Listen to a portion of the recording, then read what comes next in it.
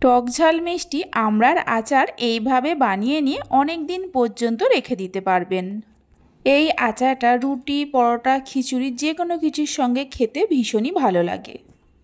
বানাতে খুব বেশি সময়ও লাগে না। আশা করি আপনাদের ভালো লাগবে। তাহলে চলুন রেসিপিটা দেখে নেওয়া যাক। নমস্কার বন্ধুরা, রূপাস কিচেনে সবাইকে স্বাগতম।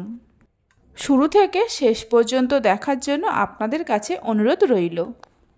এখানে আমি 500-র মতো আমড়া নিয়েছি। এই আমড়াগুলোকে আগে একটু ধুয়ে নিয়েছিলাম, আবারও কিছুটা জল দিয়ে ভালো করে ধুয়ে নেব।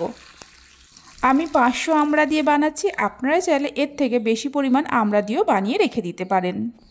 আমড়াগুলো যখন ভালো করে ধুয়ে নেওয়া হয়ে যাবে, একটা তোয়ালে বা কাপড়ের মধ্যে নিয়ে ভালো করে মুছে নেব, যাতে আমড়ার গায়ে কোনোভাবে জল না থাকে। যদি আমড়ার গায়ে জল থাকে তাহলে আচারটা খুব বেশি দিন ভালো থাকবে না। দেখুন ভালো করে আমড়াগুলোকে মুছে নেওয়া হয়ে গেছে। এবার আমড়ার মুখের দিকটা কেটে বাদ দিয়ে 2 টুকরো করে কেটে নেব। আপনারা চাইলে 4 টুকরো করেও কেটে নিতে পারেন। আমি আমড়ার খোসা ছাড়াইনি, আপনারা চাইলে খোসা ছাড়িয়েও নিতে পারেন। সবগুলো আমড়াকে 2 টুকরো করে কেটে নেওয়া হয়ে গেছে। একটা পাত্রের মধ্যে তুলে নেব। এবার আমড়ার মধ্যে দিয়ে দেব 1/2 চামচের মতো নুন আর 1/2 চামচের মতো হলুদের গুঁড়ো। নুন আর হলুদের গুঁড়োটা মাখিয়ে নিয়ে 5 মিনিটের মতো রেখে দেব। ততক্ষণে আমড়ার আচারের জন্য একটা ভাজা মশলা তৈরি করে নেব। 1/2 চামচের মতো গোটা জিরে, 1/2 চামচের মতো গোটা ধনে, 1/2 চামচ রাঁধুনি, 1/2 চামচ 5 ফোড়ন আর 3-4টে গোটা শুকনো লঙ্কা নিয়েছি। কড়ার মধ্যে দিয়ে হালকা করে গোটা মশলাগুলোকে ভেজে নেব। গ্যাসের ফ্লেমটা মিডিয়ামে রেখে মশলাগুলো ভাজতে হবে। যখনই দেখবেন মশলা থেকে সুন্দর গন্ধ বেরোতে শুরু করেছে, ঠিক সেই সময় গ্যাসের ফ্লেমটা বন্ধ করে দিতে হবে। দেখুন মশলাগুলোকে ভেজে নেওয়া হয়ে গেছে। মিক্সির জারের মধ্যে ঢেলে নেব। একটু ঠান্ডা হলে গুঁড়ো করে নিতে হবে। ওই কড়াটা গ্যাসের ওপর বসিয়ে দিয়ে কড়ার মধ্যে 2 থেকে 3 চামচের মতো সর্ষের তেল দিয়ে দেব। তেল গরম হলে 1/2 চামচের মতো 5 ফোড়ন দিয়ে দেব। 5 ফোড়নে সুন্দর গন্ধ আসা পর্যন্ত ভাজতে থাকবো। ফোড়নে থেকে সুন্দর গন্ধ বেরোতে শুরু করলে নুন হলুদ মাখিয়ে রাখা আমড়াগুলো দিয়ে দেব। আমড়াগুলো দেওয়ার পর গ্যাসের ফ্লেমটা হাইতে রেখে আমড়াগুলোকে হালকা করে ভেজে নিতে হবে।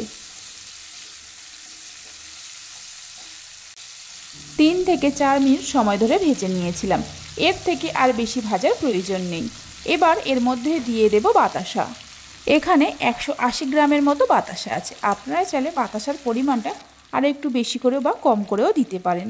1/2 চামচের মতো কাশ্মীরি লঙ্কার গুঁড়ো দিয়ে দেব। 1/2 চামচের মতো বিট লবণ দিয়ে দেব। সব কিছুকে মিশিয়ে নিয়ে মিডিয়াম ফ্লেমে রান্না করতে থাকবো যতক্ষণ না বাতাসাগুলো গলে যায়। বাতাসার পরিবর্তে আপনারা চিনি বা গুড়ের ব্যবহারও করতে পারেন। আচারটা কতটা টক ঝাল মিষ্টি বানাবেন সেটা সম্পূর্ণ নিজেদের উপরে নির্ভর করে। মিডিয়াম ফ্লেমে 2-3 মিনিট রান্না করে নেওয়ার পর দেখুন বাতাসাগুলো গলে গেছে। এই সময় অল্প করে নর্মাল লবণ দিয়ে দেব।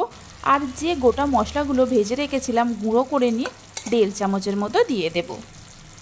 ভাজা মশলাটা দেওয়ার পর মিশিয়ে নিয়ে গ্যাসের ফ্লেমটা একদম লোতে করে ঢাকা দিয়ে 3 থেকে 4 মিনিট সময় ধরে রান্না করে নেব।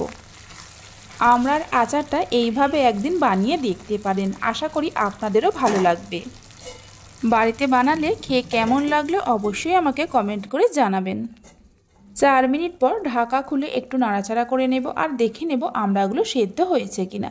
দেখুন আমড়াগুলো খুব সুন্দরভাবে সেদ্ধ হয়ে গেছে। এবার গ্যাসের ফ্লেমটা হাইতে করে মিনিট 3-4 সময় ধরে একটু রান্না করে নেব, মানে আচারটাকে একটু ঘন বা শুকনো শুকনো করে নেব। 3-4 মিনিটের মতো রান্না করে নিয়েছিলাম। দেখুন আচারটা আগের থেকেই অনেকটা ঘন হয়ে গেছে। এর থেকে আর বেশি ঘন করব না, কারণ ঠান্ডা হয়ে যাওয়ার পর আরও একটু ঘন হয়ে যাবে।